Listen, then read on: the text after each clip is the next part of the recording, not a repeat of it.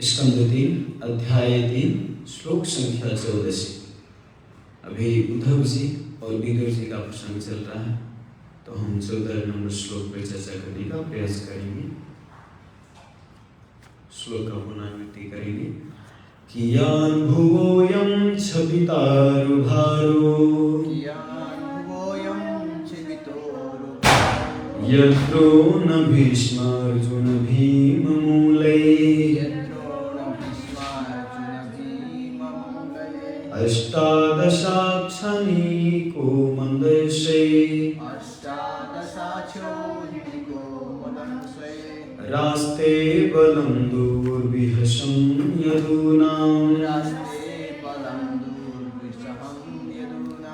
कियान् भुवोऽयं क्षपितारुभारो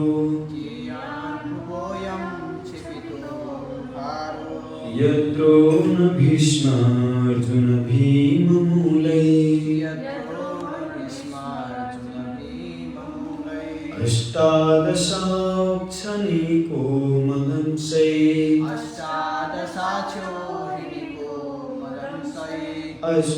रास्ते बलं दुर्विशहं यदूनां कियान् भुवोऽयं क्षपितोरुभारो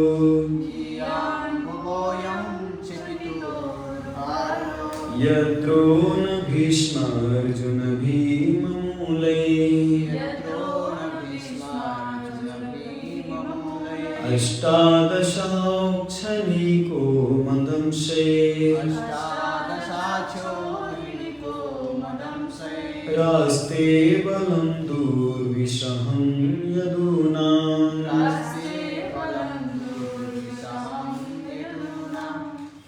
कियान् भुवोऽयं क्षपितोरुभारो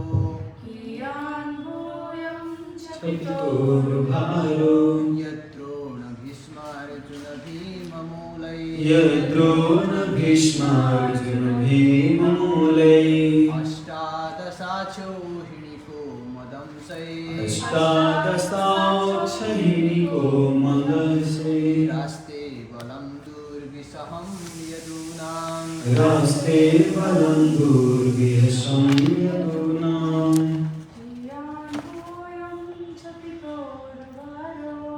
कियान् भुवोऽयं क्षपितोरुभारो यत्रो न भीष्मार्जुन भीममूलैः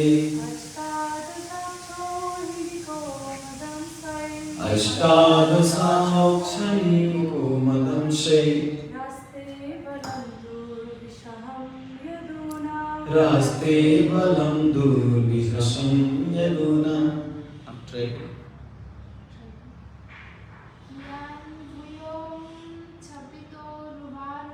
कियान् भुवोऽयं क्षपितोरुभारो यत्रो न भीष्मार्जुन भीममूलैः अष्टादशाक्षनिको मदंसै रास्ते बलं दुर्विहसं यदूनां। बहुत अच्छा, शुरू में प्रयास करके इतना अच्छा करना बहुत बढ़िया। ठीक है, शब्दार्थ पढ़ते हैं। शब्दार्थ अनुवाद तात्पर्य दी है ऋषि भक्ति वेदांत स्वामी श्री प्रभुपाद की जय। कियान यह क्या है, भुवः पृथ्वी पर, अयं यह क्षपित घटा हुआ, उरु बहुत बड़ा, भारः भार बोझा, यत् जो, द्रोण भीष्म अर्जुन भीम मूलैः सहायता से, अष्टादश 18 क्षणिक नहीं 18 अष्टादश मतलब 18 अक्षौणी ही एक सैन्य बल की व्यूह रचना भागवत में दिया है 1:16-34 में मत अंशे मेरे वंशजों के साथ आस्ते अब भी है बलम महान शक्ति दुर्विषहम असह्य यदुना यदुवंश की। अनुवाद ध्यानपूर्वक सुनिएगा। कुरुक्षेत्र युद्ध भूमि युद्ध की समाप्ति पर भगवान ने कहा, अब द्रोण, भीष्म, अर्जुन तथा भीम की सहायता से 18 अक्षौणी सेना का पृथ्वी की भार बोझ कम हुआ है, किंतु यह क्या है, अब भी मुझे से उत्पन्न यदुवंश की विशाल शक्ति की शेष है, जो और भी अधिक असह्य बोझ बन सकती है। तात्पर्य, यह एक गलत सिद्धांत है कि जनसंख्या वृद्धि से संसार अति बोझिल हो उठता है और इसीलिए युद्ध तथा अन्य संहारक प्रक्रिया होती है। पृथ्वी कभी भी अति बोझिल नहीं होती।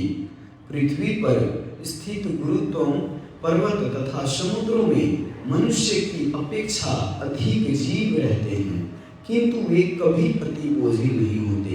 यदि पृथ्वी की सतह पर रहने वाले समस्त जीवों की गणना की जाए तो यह निश्चित रूप से पाया जाएगा कि मनुष्य की जनसंख्या समस्त जीवों की संख्या की 5% भी नहीं है।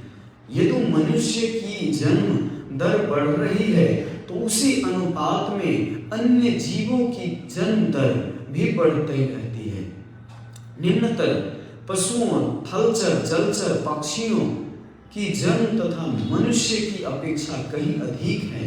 भगवान के आदेश से पृथ्वी के सारे जीवों के लिए भोजन की पर्याप्त व्यवस्था है और यदि जीवों में असमानुपातिक वृद्धि हो तो वे और अधिक व्यवस्था कर सकते हैं।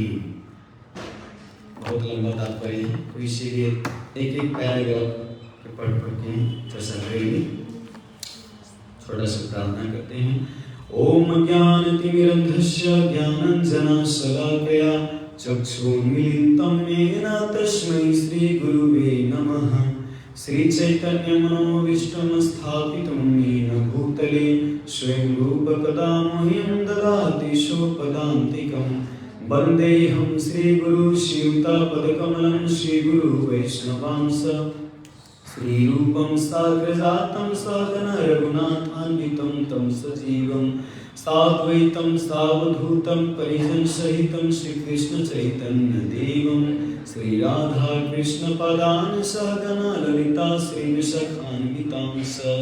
हे कृष्णा करुणा सिंधु दीनबंधु जगत्पते गोपेश गोपिका कांत राधा कांत नमस्तुते। तप्त कांचन गौरांगी राधे वृंदावनेश्वरी वृषभानुसुते देवी प्रणमामि हरिप्रिये। वाञ्छाकल्पतरुभ्यश्च कृपा सिन्धुभ्यैव च पतितानां पावनेभ्यो वैष्णवेभ्यो नमो नमः।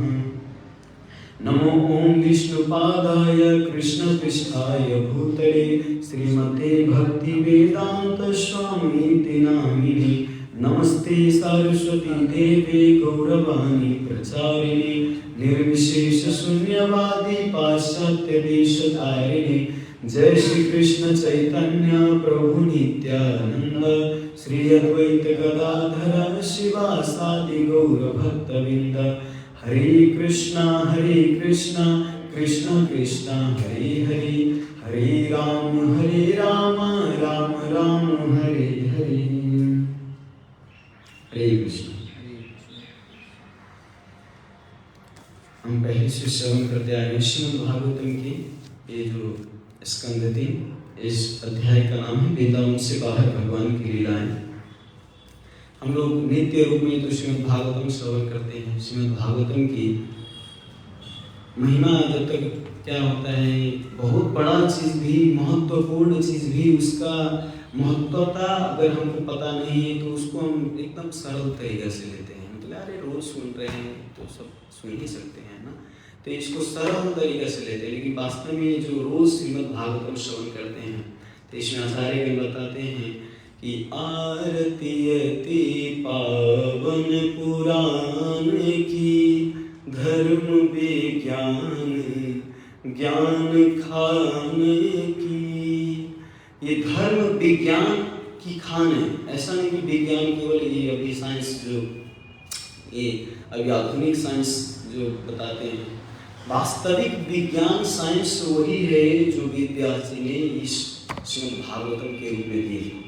आप अभी जो पता लगाते जा रहे हैं जितने भी वैज्ञानिक, वो सारे शास्त्र में पहले से वर्णन है।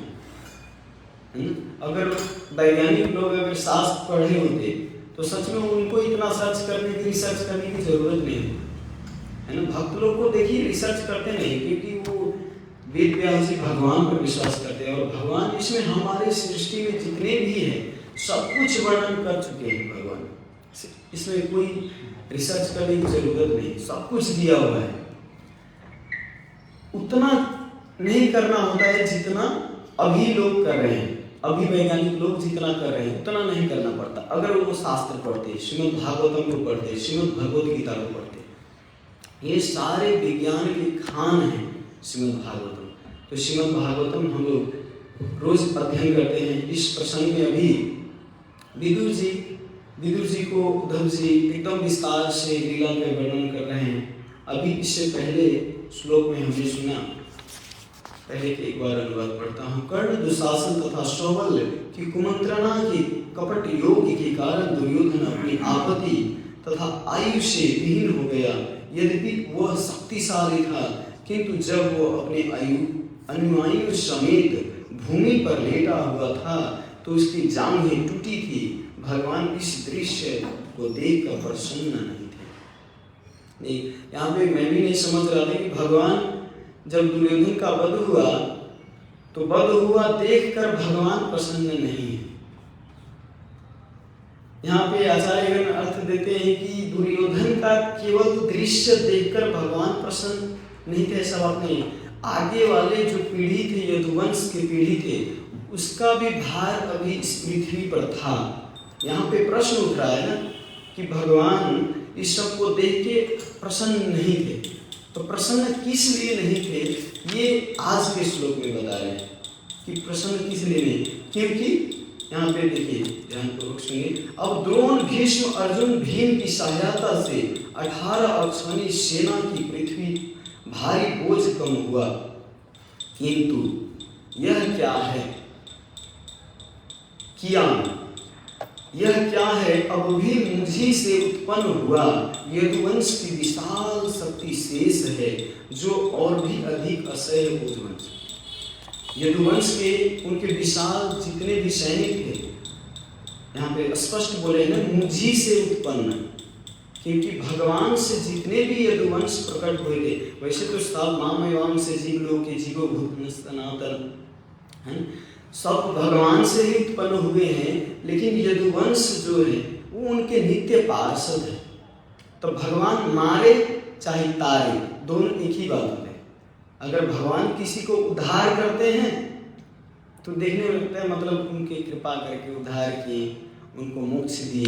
लेकिन भगवान किसी को मारते भी हैं तो वो भी उद्धार ही होता है। तो भगवान के मारने में और तारने में दोनों में अंतर नहीं। तो यहाँ पे भगवान के ही साथ जो आए थे यदुवंश से, इतने तो अब 18 अक्षौणी जो सेना थे, ये सब तो चले गए, युद्ध हो गए, है ना। भगवान की इच्छा थी। और अब आगे वाले जितने भी यदुवंशी थे, क्योंकि भगवान सोच रहे थे अगर मैं चला जाऊंगा तो जितने यदुवंशी है मेरे विरह में, ये तो क्या कहते हैं, सोच विरह में ये प्राण त्याग देंगे, और ये इससे अच्छा हम इसके साथ में हम जाने से पहले, मेरे जाने से पहले इनको भेज देता हूँ पैगुंड। ऐसा आचार्य बताते हैं कि जाने से पहले और इससे पहले ये सब भगवान की इच्छा के कारण ये क्या कहते हैं, श्रीधर टीका में आगे आप इसमें सुनेंगे, श्रीधर स्वामी बताते हैं कि भगवान की इच्छा से ही ये जितने युद्ध हुआ, ये सब प्लान था भगवान का पहले से। तो यहाँ पे प्रभुपाद जी तात्पर्य में बताते हैं कि मनुष्य युद्ध करता है और जब सब लोग मरते हैं तो बताते हैं संसार में लोग कि अरे जनसंख्या घटाने के लिए कभी कभी ऐसा युद्ध होता है, जनसंख्या बहुत बढ़ता है इसीलिए युद्ध होता है। अच्छा है ये युद्ध होना? नहीं, युद्ध होना जैसे भगवान जिसको लाना चाहे वो तो अच्छे व्यक्ति को मतलब अपने पार्षदों के ले गए। इस पृथ्वी का भार जो है, पृथ्वी के भार तो देखिए, पर्वत कितना बड़ा बड़ा है, हिमालय पर्वत है ना, मंदराचल, कितने पर्वत हैं। ये सारे पर्वतों के भार इस जीव की संख्या से ज्यादा भारी होगा कि नहीं? जितने जीव है संसार में इससे कई गुना अधिक भारी पर्वतों के भार होगा, समुद्र के भार होगा। समुद्र में तो कहा जाता है कि पृथ्वी पर जितना जल जीव है इससे कई गुना अधिक उस समुद्र में रहते जीव। तो ये भी तो भार है पृथ्वी का। तो ये सब भार सहन कर रहे हैं पृथ्वी माता। और लोग का ये 18 सेना ये सब क्यों नहीं भार सहन कर सकते ऐसा? तो भगवान ये भी बताते हैं कि जो अधर्मी लोग होते हैं उसको, जैसे हमारे एक साधारण उदाहरण, जैसे खेत में हम लोग बाली नाली लगाते हैं, तो बाली नाली लगाते हैं तो उसमें धान लगाते हैं, बीज रोपते हैं, लेकिन उसमें जो अवांछित जो नहीं चाहिए वो क्या कहते हैं, घास पात उपज जाते हैं। तो उस घास पात के काम नहीं है तो उसको उखाड़ के फेंक देना ही अच्छा मानते हैं। तो इसी तरह ये संसार, अब देखिए किसान के लिए वो अन्न भी भार होना चाहिए। अगर यदि वो भार है तो अवांछित चीज है तो उसको भार क्यों मानेंगे? नहीं, अवांछित चीज को भार मानते हैं और अन्न को भार नहीं मानते, क्योंकि अन्न जो है उनकी आवश्यकता की चीज है। आवश्यकता की चीज कभी भार नहीं मानते। प्रभुपाद जी आगे भी बताते हैं, जैसे पत्नी नहीं बताएगा, प्रेमी अपने प्रेमिका का भार नहीं मानते हैं। पत्नी, यहाँ पर पत्नी सिद्ध क्यों नहीं दिया गया? क्योंकि पत्नी हो सकता है पत्नी हो के भी अपने पति का वो भार माने कि ये बोझ भर के बैठा है, हो सकता है ये माने, लेकिन जो प्रेम करता है इसीलिए प्रेमी कहा गया है। जो प्रेमी व्यक्ति हैं, प्रेमी व्यक्ति अपने प्रेमिका को वो भार नहीं मानते। एक मैं फोटो देखा था, उस फोटो में बताया गया था जब वो घर में रहते थे तो उनके माँ कहते थे 50 किलो को बोझा उठाने के लिए, तो उठा नहीं पाते थे। कहते हैं माँ मैं इतना भारी मैं नहीं उठा पाऊंगा, ये कहाँ, मैं तो मर जाऊंगा इसमें, ये दब के। और जब विवाह किए तो उनकी मोटी पत्नी थी, कम से कम 70-80 किलो की, तो उनको उठा के कभी कभी घूमते थे। पत्नी में उठाया, ओ तुम तो बहुत महंगा, उठा तो माँ देख के कहती थी अरे बाप रे भाई, इनको बोझा उठाने के लिए, धान उठाने के लिए कहता था, गेहूँ उठाने के लिए कहता था, तो उस समय कहता था मैं दब के मर जाऊंगा। बच्चा नहीं, मतलब बड़े थे तब भी बोले थे। तो उसमें कमेंट में देखिए, ये होता है प्रेमी।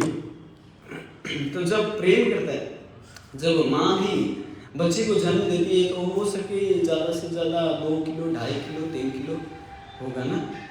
लेकिन अगर किसी का बच्चा 4-5 किलो का भी हो जाए तो उसके लिए भार नहीं है ना। 2-2.5 किलो का है, लेकिन अगर 5 किलो का भी उसका बोझा हट्टा कट्टा अगर नहीं निकले तो वो भी भार नहीं मानते, क्योंकि आनंद प्रदान करते हैं उनको, उनके लिए भार है ही नहीं। और जैसे व्यापारी का भी देते हैं उदाहरण, तो व्यापारी भी उसके लिए धन जितना आए उतना ही उसके लिए आनंद की बात है। उसके लिए व्यापार भार नहीं होता, उसके लिए आनंद की बात होता है।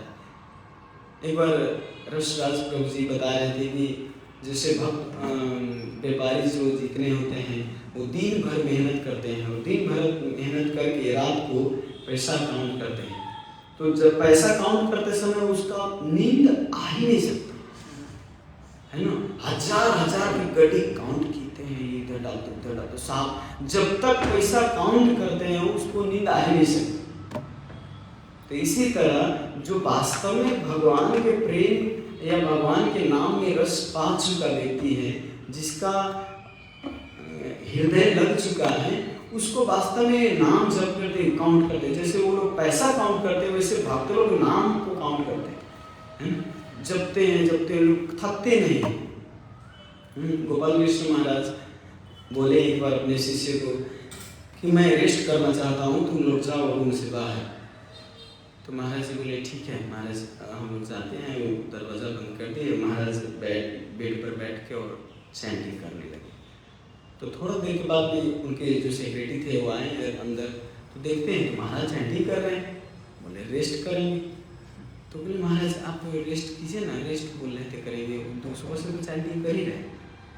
तो बोले यही तो रेस्ट है, मैं रेस्ट ही तो कर रहा हूँ, नाम जपना ही रेस्ट कर रहा हूँ। हम लोगों के लिए रेस्ट करना मतलब सोना है ना, थोड़ा इधर उधर घूमना, आराम से बातें करना, अनावश्यक चीज जो है गप लड़ाते रहना है ना, तो इसको कहते हैं हम लोग रेस्ट। लेकिन भक्तों के लिए, जो प्रेमी भक्त होते हैं उनके लिए रेस्ट का अर्थ होता है भगवान के नाम जपना, भगवान की सेवा में रहना, भगवान की पूजा करना, ये रेस्ट है। तो वास्तव में जब प्रेम आपके अंदर उत्पन्न हो जाएगा तो ये सब अपने आप ये सब आने लगेगा, और ये सेवा नहीं लगेगा, प्रेम लगेगा आपको। नाम जब वास्तव में भगवान से, गुरु महाराज जी कहते थे कि जब नाम जपते समय हम काउंट करते हैं 16 माला की, ठीक है काउंट करो, लेकिन जब दिन आ जाए, वो दिन आ जाए कि काउंटिंग पर ध्यान न रहे, आपको सात नाम में फोकस रहे केवल आपकी, है ना। 16 माला जप लिया मैंने, 32 माला जप लिया, 64 माला जप लिया, 1 से 8 जप लिए, दिखाने में, कहने के लिए नहीं कि मैं 64, पता नहीं कितने, इतना मतलब वो रस जब नाम में आ जाए तब समझना कि हाँ। हमारा ज़्यादा क्या होता है, नाम जब से ज़्यादा ध्यान रहता है वो काउंटर पर, ये काउंटर कितना घिसका कितना खिसका। हाँ, अगर ध्यानपूर्वक जब नहीं कर रहे तो काउंटर कहीं ऊपर हो गया और 15-20 मिनट हो गया एक ही माला पर, तो लगता है कहीं खसक गया होगा, है ना। मैं जप रहा हूँ, इधर खसकाने में भूल गया, तो उसको फिर अपने ही तरीका से अपने घिसका देते हैं, कहते हैं 15-20 मिनट हो गए, 20 मिनट में तो 2 माला हो ही गए होंगे। ऐसे तो हमारा ज़्यादा इस जप से ज़्यादा हमारा एक काउंटर पर ध्यान रहता है। लेकिन जिस दिन भगवान के प्रति अनुराग आ जाएगी, उस दिन आपको ये काउंटिंग पर ध्यान नहीं रहेगा, केवल नाम होकर रहेगा। तो यहाँ पे तात्पर्य में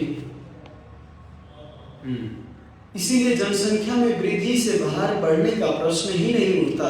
पृथ्वी धर्म ग्लानि अर्थात भगवान की इच्छा के अनियमित पालन से अति बोझिल हो गई थी। भगवान दुष्टों की वृद्धि रोकने के लिए पृथ्वी पर प्रकट हुए। जब धरती माता इतने बोझिल हो गई थी, इतनी बोझिल कब हो जाती, देखिए ना, पहाड़ है, समुद्र है, इतने हजारों हाथियां हैं जिसका कोई अनगिनत है, उनका सब भार सहन करे पृथ्वी माता। लेकिन अति बोझिल कब हो जाती है, जब दुष्ट लोग अत्याचार करने लग जाते हैं पृथ्वी पर, है ना, शास्त्र विरुद्ध काम करने लग जाते हैं, तब धरती माता बोझिल हो जाती है। और धरती माता बोझिल होती है तो किसको समस्या लेके सुनाएगी, किसको? उनके स्वामी कौन है? भगवान विष्णु। तब धरती माता स्वयं ब्रह्मा जी को लेके गए थे उनके क्षीर सागर के तट पर, उनसे प्रार्थना किए थे कि भगवान आप प्रकट होइए। आपके अगर देखिए ऋषि मुनि और जितने भी महान भक्त थे उनके पहले से, वो भी इस पृथ्वी के भार हो सकता है अगर कंट्रोल कर ले, है। लेकिन पृथ्वी भगवान को ही क्यों बुलाए? क्योंकि भगवान केवल मारते नहीं, भगवान तारते भी, है ना। इस संसार में अगर हो सके कोई, जितना रावण थे, रावण तो वही से मार सकते थे, है ना, कोई भी मार सकता था। इतना बताया जाता है कि बाली इतना बलवान था कि 6 महीने तक, जैसे बाली पूजा कर रहे थे और रावण बोला कि युद्ध करो हमसे, युद्ध करो। तो बाली जब गए उनके पास, बाली के पास गए रावण, तो 6 महीना तक अपने कांख में ही दबा के रखे रहे रावण को, 6 महीना तक कांख में दबा के रखे। और जब तक उनका पूजा खत्म नहीं हुआ अपना साथ, अब उस जमाने की बात है, कौन कल की बात है, 6 महीना तक दबा के रखे, ऐसा वर्णन। तो बाली बहुत बलवान थे। बाली उनके भक्त लोग ऐसे थे कि मतलब देखिए कौन थे, अंगद के चरण एक बार गड़ा दिए थे धरती में तो उठा नहीं पाए रावण, क्योंकि भगवान स्वयं रहते हैं भक्त के हृदय में। साधु हृदय मोहिम साधु नाम हृदय तो मदन्य ते ना जानती ना हम ते विमनागति, है ना। मैं साधु के हृदय में तो भक्त के हृदय तो एक पैर हिला नहीं पाए रावण। तो समझिए कि कितना बलवान है भगवान के भक्त।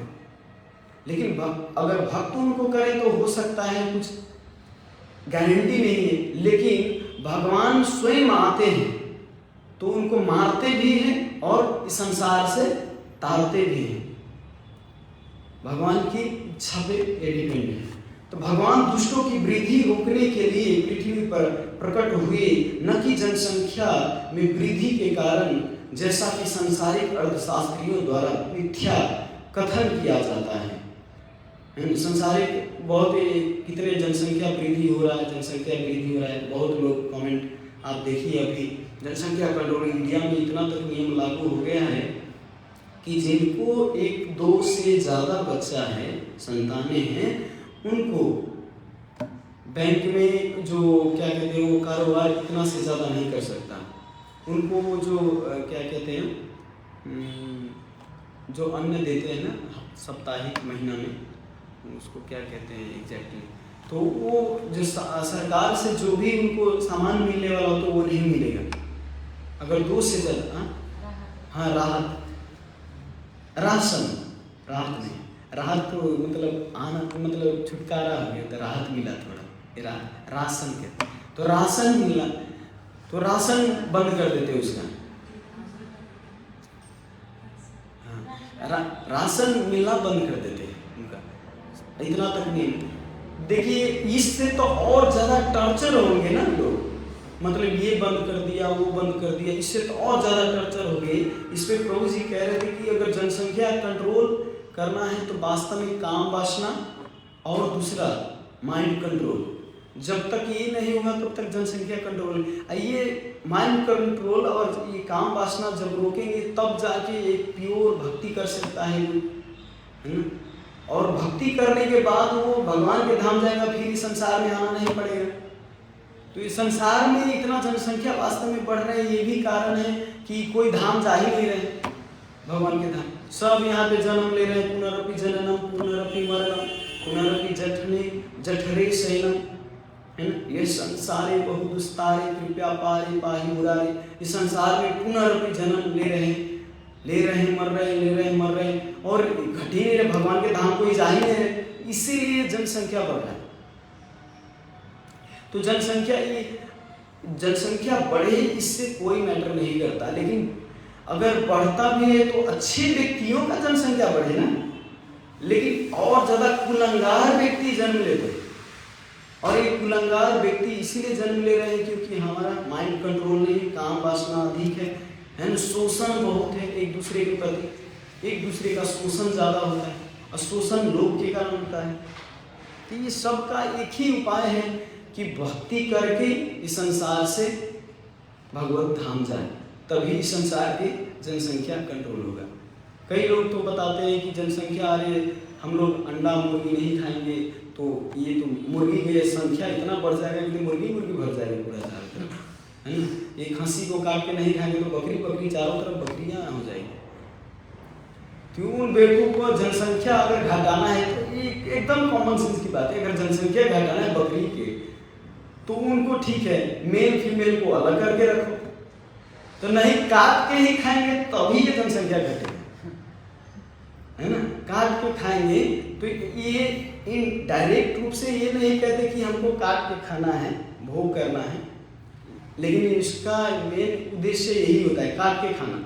और बाहर से बताते हैं कि नहीं, अगर नहीं काट के खाएंगे तो जनसंख्या बढ़ेगा, मुर्गी की संख्या बढ़ जाएगी, खस्सी की संख्या बढ़ जाएगी। आप एक बार ध्यान, पहले चील आते थे ना, चील गीध पहले बहुत होता था, है ना। एक भी अगर भैंसी अगर कोई मर जाता था जानवर तो फेंक देते थे या गाड़ देते थे धरती के अंदर, तो उसको भी खोदेल के और चील या गीध उसको खा जाते थे। तो पहले गीध सब चील सब बहुत था, लेकिन आजकल तो आदमी ही लोग खा रहे हैं उसी वो क्या कहते हैं जानवर को मारा हुआ, है ना। मरे हुए को नहीं छोड़ते आजकल, अपने से मर के उसको भी मार के खा जाते हैं, उसको भी काट काट के बूटी बूटी बना के खा जाते हैं। तो गीध को खाने की मिला नहीं, चील को खाने की मिला नहीं, तो वो बेचारा लुप्त तो हो गई। तो जो चीज का वो प्रयोग में आता नहीं वो वास्तव में लुप्त हो जाता है। तो जनसंख्या घटाना है तो उसको अलग कर दीजिए, अपने आप जनसंख्या घट जाएगी। तो नहीं, ये भोग वांछा जो ये जीव का क्या कहते हैं वृत्ति है, इसको घटाना ये बहुत मुश्किल है कलयुग में। तो एकमात्र कृष्ण भावना अमृत ही एक उपाय है। और ये पृथ्वी का भार क्या है, चाणक्य नीति बताते हैं, एक बहुत अच्छा श्लोक है, ईशान न विद्या न तपो न दानम ज्ञानम न शीलम न गुणो न धर्मा ते मर्त्यलोकम भुवि भारभूता मनुष्य रूपेण मृगा चरन्ति। कहते हैं येषां न विद्या, जिनके पास विद्या नहीं है ना, जिनके पास विद्या नहीं है वो पृथ्वी का भार है। अब देखिए इस संसार में एक एक व्यक्ति को देखिए तो विद्या तो सबके पास है कुछ न कुछ, लेकिन यहाँ पर विद्या का अर्थ बताते हैं कि जो जिसको भगवत गीता का भागवतम का ये ज्ञान नहीं है वो वास्तव में विद्या नहीं अर्जन की है। विद्या, वास्तविक विद्या यही है जो जन्म मृत्यु जरा व्याधि से आपको मुक्ति दिलाएगी। तो वास्तविक इसीलिए यहाँ पे न येषां न विद्या, जिसमें विद्या न हो, न तपो न दानम, और जो तपस्या नहीं करते। तपस्या का अर्थ ये नहीं कि मंगलवारी सोमवारी बुधवारी मंगलवारी ये सब एकदम सब ये इसको तपस्या नहीं कहते। तब आजकल जैसे मेरी माँ कहती थी तब व्रत रहता हूँ 2-3 दिन, जैसे छठ व्रत रहता हूँ तो मैं और बीमार पड़ जाता हूँ। तो मैंने बोला कि आपको कौन 2-3 दिन तक भूखे रहने के लिए बोले? आपको एक तो जैसे एकादशी है, रामनवमी है, जन्माष्टमी है, इस समय आप रहिए ना, इसमें भी आपको दिक्कत होता है तो फलाहार कीजिए। लेकिन आप 2-3 दिन तक भूखे रहते हो और दोष देते हो भगवान को, बीमार हुआ तो भगवान दोष है ना। ये तो सब ये नियम है ना, सब विधि है कैसे व्रत पालन करना चाहिए, कैसे क्या करना चाहिए। इससे और ज़्यादा आदमी का ये क्या कहते हैं टॉक्सिक कहते हैं, सफाई होता है और शरीर का सफाई होता है और वो तंदुरुस्त रहता है, स्वस्थ रहता है इस व्रत को करने से, है साइंटिफिक रीजन, स्वस्थ रहते हैं और कोई व्रत करता है। लेकिन व्रत ऐसे करते हैं कि और ज़्यादा बीमार हो जाते हैं। तो इसीलिए व्रत वास्तविक में व्रत एकादशी व्रत है। जो एकादशी व्रत करते हैं, रामनवमी जन्माष्टमी और दूसरे व्रत करने की जरूरत नहीं है वास्तव में। ये सब लोक धर्म है, कुछ आप कर सकते हो लेकिन इससे कोई फायदा नहीं है। अगर ये व्रत करते हो एकादशी जितने भी महीना में 2 बार आते हैं तो दूसरे व्रत की जरूरत नहीं। इससे ही सारे व्रतों का फल मिलेगा आपको। और कहते हैं न दानम, मतलब दान भी नहीं करते लोग। दान देने में इतना हिचकिचाते हैं, बाप रे बाप, लगता है कि धन संपत्ति में करोड़ों के संपत्ति होता है, लेकिन भगवान को देते हैं 5 रुपया 10 रुपया 100 रुपया, ज़्यादा कहीं 1 लाख दे दिया तो कहेगा कि हम अपना आधा संपत्ति ही भगवान को दे दिए। उनके नज़र में ऐसा रहता है कि मैं 1 लाख रुपया दान दिए, और अपना धन संपत्ति नहीं देखता कि मेरे पास कितना संपत्ति है। तो जो दान नहीं देना चाहते उसका वो ऐसा ही होता है जैसे कुएं में पानी होता है, कुएं के पानी जितना निकाला जाता है उतना सफा होता है पानी, और जितना उसमें पानी निकालना छोड़ दिए तो उसमें काई लग जाएगा, है ना। काई लग के वो गंदा पानी हो जाएगा। न वो पानी आप पी सकते हैं और नहीं कहीं डाल सकते, वो अच्छा नहीं होता। तो इसी तरह जो धन आप दान में नहीं लगाते, अब ऐसा नहीं पूरा दान, नियम है 25% आप दान दे सकते, जितना आप सक्षम है, लगता है कि इतना दान देने से हमको क्षति ना हो, है ना, बाइलेंस करके आप दान दे सकते। लेकिन अगर दान नहीं देंगे तो वैसा ही आपका पैसा बीमारी में, है ना, नहीं तो चोर डांक लूट के ले जाएंगे। अभी कुछ दिन पहले व्यक्ति फ्लेक्स लगाने आए थे, यहाँ पे बोर्ड लगाने आए थे, तो प्रभु जी बता रहे थे कि हमारा 27,000 रुपया इस होली में चला गया, फोन पॉकेट में मार लिया हमारा। तो उनसे पूछा कि कैसे पैसा, तो बोले थे कि मैं कई दिनों से मैं सोच रहा था दान करूं, लेकिन लोभ से थोड़ा दान नहीं कर पा रहा था। लग रहा था कि दान इससे अच्छा अपने पुत्र के क्या कहते हैं फीस देने में उसमें लगा दूँ। और वो सोच रहे थे नहीं दूंगा, उनके पास है वो, लेकिन दान देने की इच्छा भी था, लेकिन एक तरफ से वो रोक रहे थे। अब देखिए रोकते रोकते वो तान खींच के ले गए। जो आपके हृदय से निकलता है कि ये करना चाहिए, कि वास्तव में परमात्मा आपके अंदर से प्रेरणा देती है कि ये काम करो, अच्छा, लेकिन मन से ऊपर से बैन कर देते हैं, अरे इससे अच्छा तो रखो, इतना बैंक बैलेंस बढ़ जाएगा, है ना, ये सजेशन देते हैं मन। लेकिन वास्तव में जो आपके जीवन चला रहा है, जितना से आपका जीवन चल रहा है सुखमय है, उसमें से कुछ न कुछ भगवान को अगर निकाल के नहीं देंगे तब तक आप खुशी नहीं रह सकते। एक बहुत सुंदर प्यार है, साईं इतना दीजिए, बड़ी सुंदर है, मैं भूल गया। साईं इतना दीजिए जामे कुटुंब समाए, मैं भी भूखा ना रहूं, साधु भी भूखा न जाए। बड़ी सुंदर है। कहते हैं साईं मतलब साईं बाबा नहीं, मैं बता रहा हूँ, साईं मतलब ईश्वर होता है, भगवान को बता रहे हैं यहाँ पे। साईं इतना दीजिए, हे ईश्वर इतना दीजिए कि जामे कुटुंब समाए, मैं भी भूखा ना रहूं और साधु भी भूखा ना जाए। मेरे को इतना दीजिए भगवान कि मैं भी कभी भूखा ना रह पाऊँ, अच्छा से गृहस्थी पालन करूं, और कोई साधु मेरे घर आए तो उनको भी मैं भूखे पेट ना भेजूं। इतना काफी है। लेकिन नहीं चाहिए, पूरा एकदम जमा कर करके साफ बनाते रहते अंत में जाके अपने चपेट में चले जाते हैं। माखी गुड़ में गड़ी रहे, पंख रहे लपटाए, हाथ मारे सर धुनी, लालच बुरी बलाए, है ना। माखी जो होता है, मक्खी, वो सोचता है गुड़ और खा तो अंदर जाता है, गुड़ के अंदर खाने जाता है, और सोचता है और अंदर जाऊंगा तो और स्वादिष्ट होगा, गुड़ के अंदर जाते हैं, और अंदर जाते हैं तो उसका जो पंख होता है वो चिपक जाता है तो मजा आ रहा होता है खाते समय। लेकिन जब उड़ने का, जब पेट भर जाता है तो उड़ने का प्रयास करते हैं तो उड़ नहीं पाते, क्योंकि पंख रहे लपटाए, हाथ मारे सर धुनी लालच बुरी बलाए।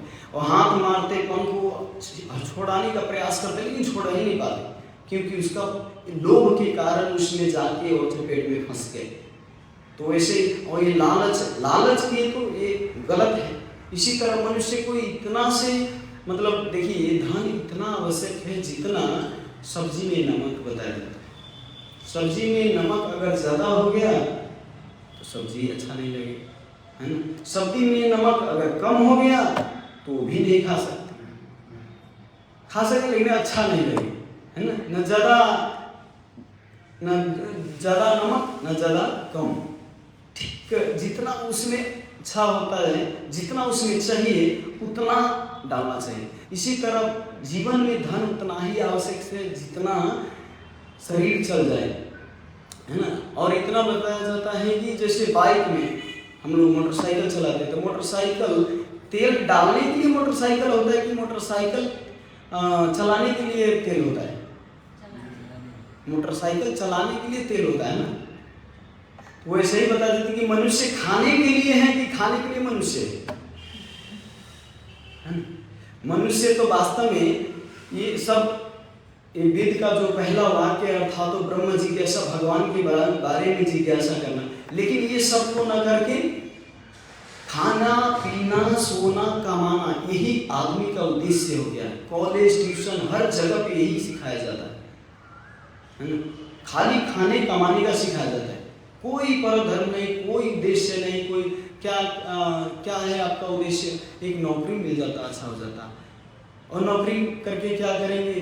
तब अच्छा एक बीवी मिल जाए, इसके बाद अच्छा हो जाता। बीवी मिल जाए तो एक अच्छा सुंदर पुत्र और पुत्री हो जाए तो अच्छा हो जाता।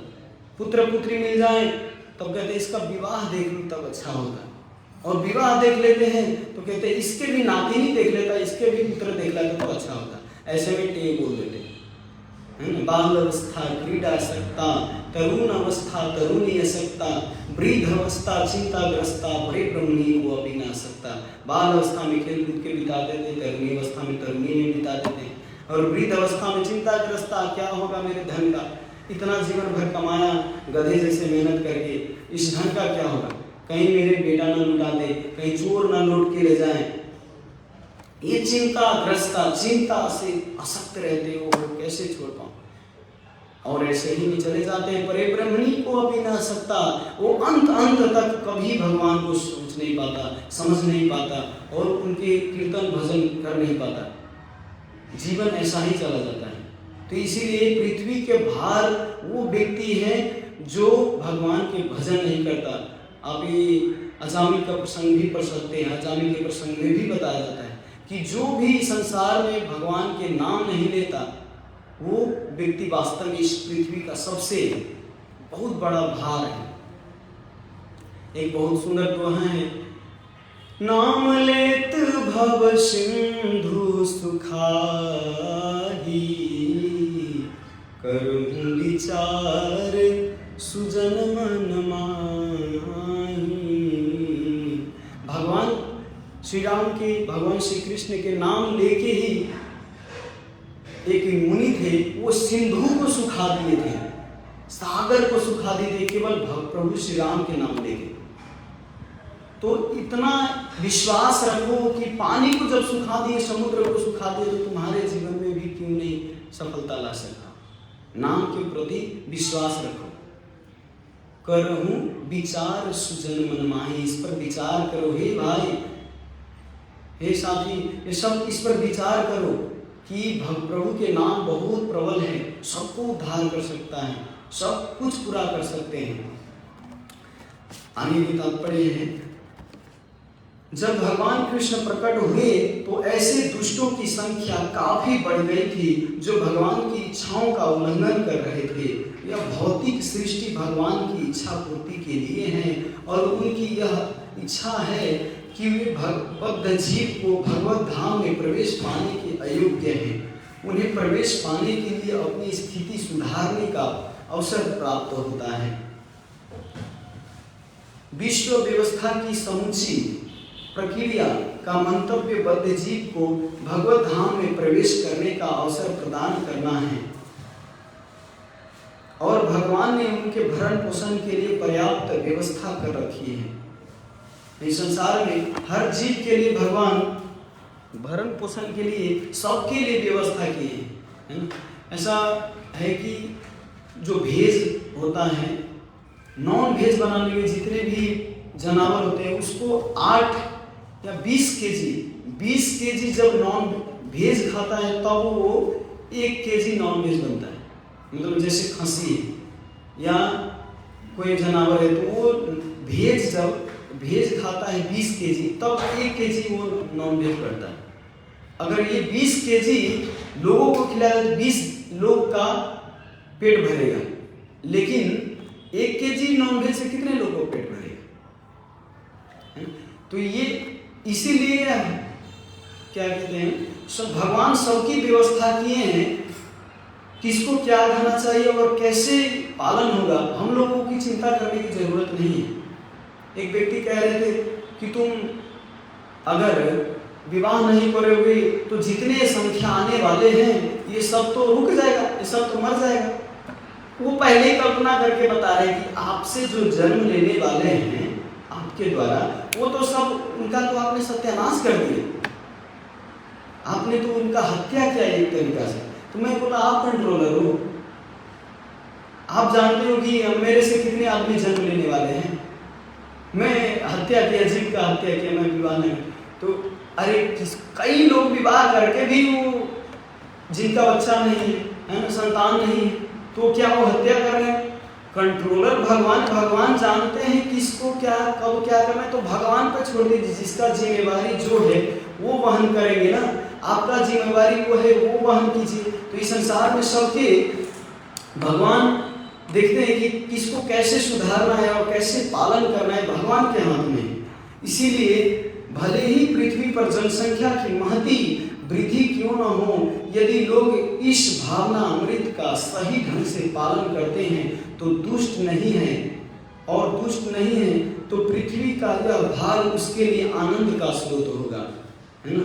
जो अगर कोई व्यक्ति इस भावना अमृत का बता रहे हैं कि इस ISKCON international society for Krishna consciousness, जो अंतर्राष्ट्रीय कृष्ण भावना अमृत का अगर कोई आज्ञा पालन करता है तो वो व्यक्ति पृथ्वी का दुख नहीं, भार नहीं, आनंद का स्रोत होगा। वो व्यक्ति जो इस भावना अमृत का पालन करता है। और भार दो प्रकार के होते हैं, मैंने इस चर्चा किया, पशु भार, प्रेम भार। पशु जो होता है, पशु एक भार की तरह होता है, लेकिन प्रेम भाव जो होता है, प्रेम भार वो भार नहीं होता।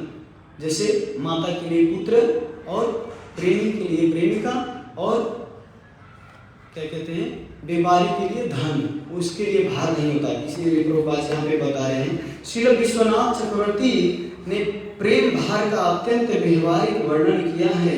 वे कहते हैं कि युवा पत्नी पर पति का भार, माता की गोद में शिशु का भार और व्यापारी पर संपत्ति का भार, ये यद्यपि गुरुता की दृष्टि से वास्तव में भार है, किंतु ये आनंद के स्रोत है। ऐसी बोझिल वस्तुओं के अभाव में वियोग का बोझ अनुभव हो सकता है, जो प्रेम के वास्तविक भार की अपेक्षा सहन किए जाने से अधिक भारी होता है। जब भगवान कृष्ण ने पृथ्वी पर यदुवंश के भार की बात की तो उन्होंने पशु भार से कुछ भिन्न वस्तुओं का प्रसंग छेड़ा। कृष्ण से उत्पन्न पारिवारिक सदस्यों की संख्या लाखों में थी। यह सचमुच ही पृथ्वी की जनसंख्या में महान वृद्धि थी, किंतु वे सब उनके दिव्य स्वांशों से उत्पन्न भगवान के ही अंश थे। अतएव पृथ्वी के लिए महान आनंद के स्रोत थे। जब पृथ्वी के भार के संबंध में भगवान ने उनका उल्लेख किया तो उनके मन में पृथ्वी से उनके आसन लोप भाव था। भगवान कृष्ण के परिवार के सारे सदस्य विभिन्न देवताओं के अवतार थे। देखिए, जितने सदस्य थे भगवान के सब देवताओं के अवतार थे, और भगवान के साथ ही पृथ्वी से विलुप्त तो होना चाहते थे। जब उन्होंने यदुवंश के संबंध में पृथ्वी के असह्य भार का उल्लेख किया तो वे उनके बिछोह भार की संकेत कर रहे थे। श्रील जीव गोस्वामी ऐसा निष्कर्ष पुष्टि करते हैं। भगवान के साथ जितने भी आए थे वो सब देवताओं के अवतार थे, और इनको भेजना ही भगवान का एक उद्देश्य था। इसीलिए यदुवंश में ये सब जितने भी झगड़ा हुआ, श्राप मिला, इन्हीं से श्राप मिला था। शाम इनके पुत्र थे, तो शाम एक बार क्या किए थे, एक बार नाटक करके अपना पेट बनाए थे गर्भवती जैसा। मतलब मजाक करके बच्चे लोग होता है ना कभी कभी, मतलब किसी का नकल करते नाटक करता है, तो अपने साथी सबके साथ वो नाटक करके और गर्भवती जैसा पेट में कपड़ा कस के और बनाए थे। और मुनि के पास जाके पूछते हैं कि मुनि, अगर आप बहुत बड़े भक्त हो, बहुत बड़े सिद्धि प्राप्ति व्यक्ति हो, तो बताओ कि मेरे पेट में क्या है, लड़का है या लड़की। ये मतलब मजाक कर रहे हैं, लेकिन मुनि लोग तो पहले क्या है, आजकल के थोड़ी ढोंगी लोग कि आपको नहीं पता होगा कि ये क्या है, वो तो देख के ही पहचान जाते थे कि इसके हृदय में क्या चल रहा है और ये कौन व्यक्ति है। तो बड़े सन्यासी व्यक्ति थे, वो देख के ही बोले ये तो शाम है, कृष्ण के पुत्र है, और इतने बड़े महान होके ये ऐसा मजाक, साधु से ऐसा मजाक करता, श्राप दे दी कि तुम्हारे कारण से तू जो नाटक कर रहा है, तू पेट में गर्भवती है, तो सच में तुम्हारे पेट से त्रिशूल निकलेगा, एक छोटा सा धातु निकलेगा, उस धातु के कारण सारे यदुवंशियों का विनाश होगा। तो वो धातु, और जब ये श्राप मिलता है तो तुरंत शाम अपने स्वरूप में आ जाते हैं और बोलते हैं कि मेरे को माफ कर दीजिए, लेकिन वो श्राप तो निकल गया, मूसल, हाँ, तो मूसल जैसा निकल, तो वो मूसल राज्य में जाते हैं, और राज्य में जाके राजा बोलते हैं कि इस मूसल पीस पीस के इतना छोटा बना दो, इतना धूल जैसा बना दो इस मूसल को कि कोई देख ना पाए। तो सब अपना बुद्धि तो लगाते हैं इसको, लेकिन इसको पीस पीस के जाके और समुद्र में फेंक देते हैं। समुद्र में जो जाता है समुद्र में और समुद्र में धूल तो गया, जो पीसते हैं ना ऐसा ऐसा, तो अंतिम जो बच जाता है, हम लोग में मूली को घिसते हैं अचार बनाने के लिए, तो अंतिम जो पार्ट बच जाता है ना, वैसा ही मुसल को घिसने में थोड़ा सा अंतिम पार्ट बच गया था। तो अंतिम पार्ट जो था वो मछली के पेट में चला गया था, और धूल जो था वो धूल के कारण जितने भी थे वहाँ पे बहुत बड़े बड़े बांस जैसा भाला, बताते भाले जैसा बहुत बड़ा बड़ा वृक्ष उग गया था। तो उस जितने भी भाले हुआ था और वो जो मुसल था वो मछली के पेट में गया, तो वही बाद में जाके जो शिकारी था, शिकारी का नाम क्या था? जरा, हाँ जरा नाम के शिकारी था।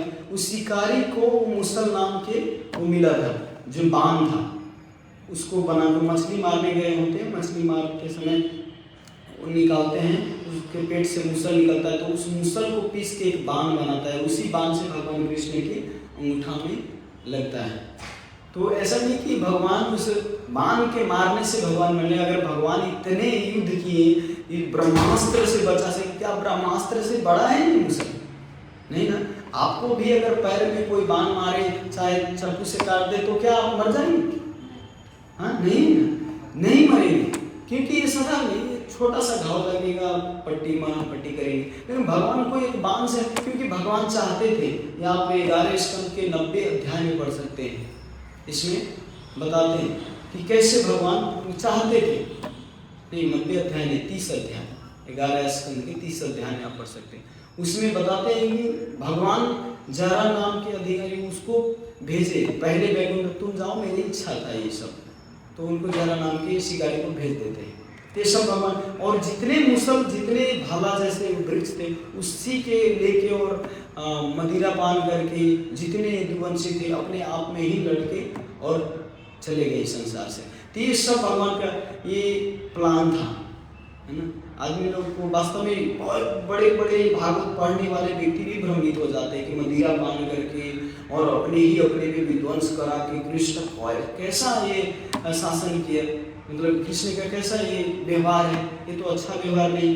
लेकिन आप शास्त्र पढ़ो, वेद व्यास जी की अच्छा से वर्णन पढ़ो, तो आपको समझ में आएगा कि भगवान इनको कृपा करने के लिए अपने धाम, इनका विरह ना हो, मेरे से दूर होके कभी, क्योंकि इतने बलवान थे सब यदुवंशी और पृथ्वी पर और ज़्यादा उत्पात मचाते, तो इसीलिए भगवान इनको अपने से पहले ही भेजना चाहते थे, तो पहले ही इनको भेज दिए, अपने ही में झगड़ा हो गया। और कोई न कोई कारण तो होना चाहिए, जैसे वहाँ पे 18 अक्षौहिणी सेना में युद्ध किए, वैसे ही यहाँ पर अपने ही में अपनी युद्ध करा के लेते। भगवान की लीला को समझना बड़ी मुश्किल है, बड़े बड़े लोग भ्रमित हो जाते हैं, तो ये हम लोगों को आचार्यगण से समझना चाहिए। तो आज के तात्पर्य में इतना ही, समय भी हो चुका है। कल से 15 नंबर अध्याय में और अच्छा से इसको डिटेल में नशे में चूर कैसे हो कि यदुवंशी लोग शरीर छोड़े थे और कैसे युद्ध हुआ था, ये सब एकदम डिटेल में बताया गया है, तो आप नियमित रूप से सुन सकते हैं इसको। हरे कृष्णा। श्रील प्रभुपाद की जय। श्रीमद् भागवत महापुराण की जय। कोई टीका टिप्पणी, कोई प्रश्न है?